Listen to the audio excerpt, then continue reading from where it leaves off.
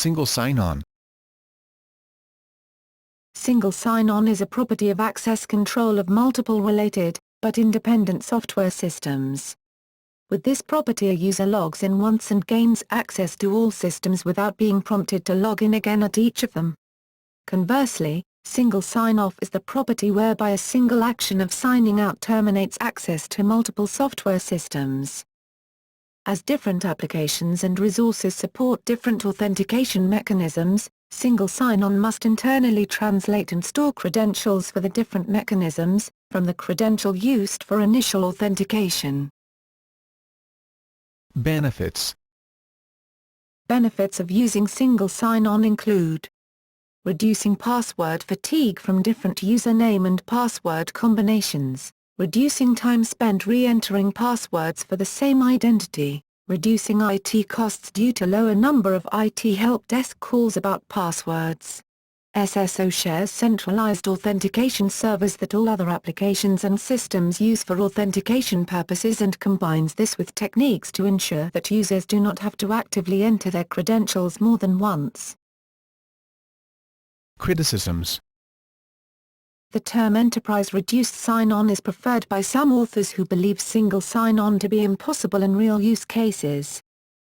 As single sign-on provides access to many resources once the user is initially authenticated, keys to the castle, it increases the negative impact in case the credentials are available to other persons and misused.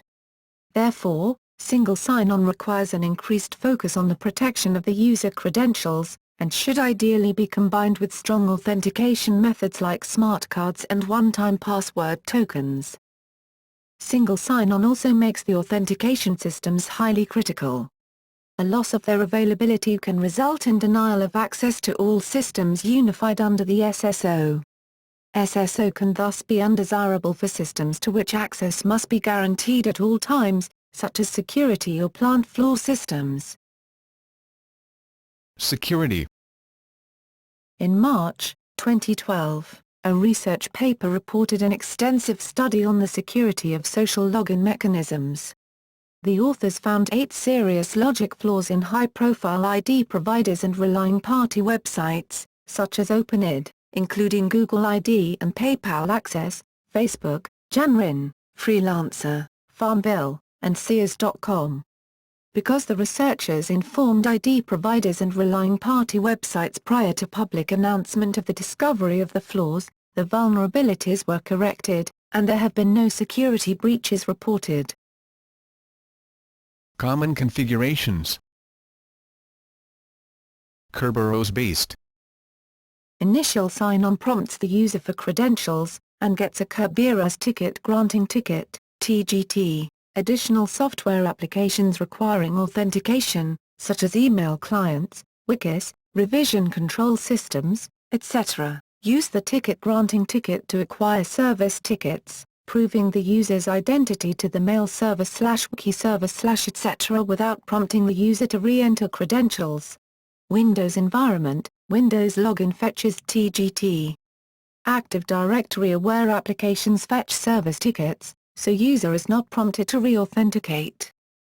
Unix-Linux environment, login via Kerberos PAM modules fetches TGT.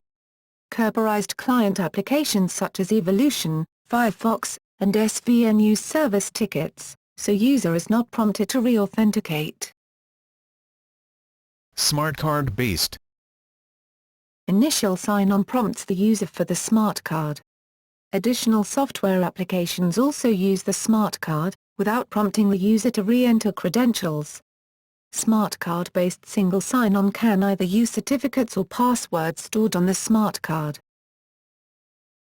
OTP token. Also referred to as one-time password token. Two-factor authentication with OTP tokens follows industry best practices for authenticating users. This OTP token method is more secure and effective at prohibiting unauthorized access than other authentication methods. Integrated Windows authentication. Integrated Windows authentication is a term associated with Microsoft products and refers to the SPNEGO, Kerberos, and NTLM-SSP authentication protocols with respect to SSPI functionality introduced with Microsoft Windows 2000 and included with later Windows NT-based operating systems. The term is most commonly used to refer to the automatically authenticated connections between Microsoft Internet Information Services and Internet Explorer.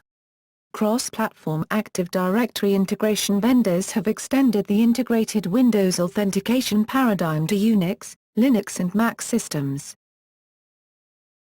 Security Assertion Markup Language. Security Assertion Markup Language, SAML, is an XML-based solution for exchanging user security information between an enterprise and a service provider. It supports W3C XML encryption and service provider-initiated web browser single sign-on exchanges. A user wielding a user agent, usually a web browser, is called the subject in the SAML-based single sign-on. The user requests a web resource protected by a SAML service provider. The service provider, wishing to know the identity of the requesting user, issues an authentication request to a SAML identity provider through the user agent. The identity provider is the one that provides the user credentials. The service provider trusts the identity provider of the user information to provide access to its services or resources. Shared authentication schemes which are not single sign-on. Single sign-on requires that users sign in only once to establish their credentials. Systems which require the user to log in multiple times to the same identity are by definition not single sign-on.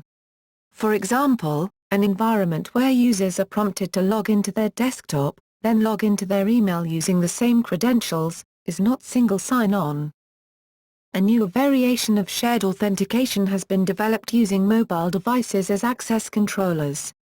Users' mobile devices can be used to automatically log them onto multiple systems, such as building access control systems and computer systems, but since access is granted each time, these systems are not technically considered single sign-on.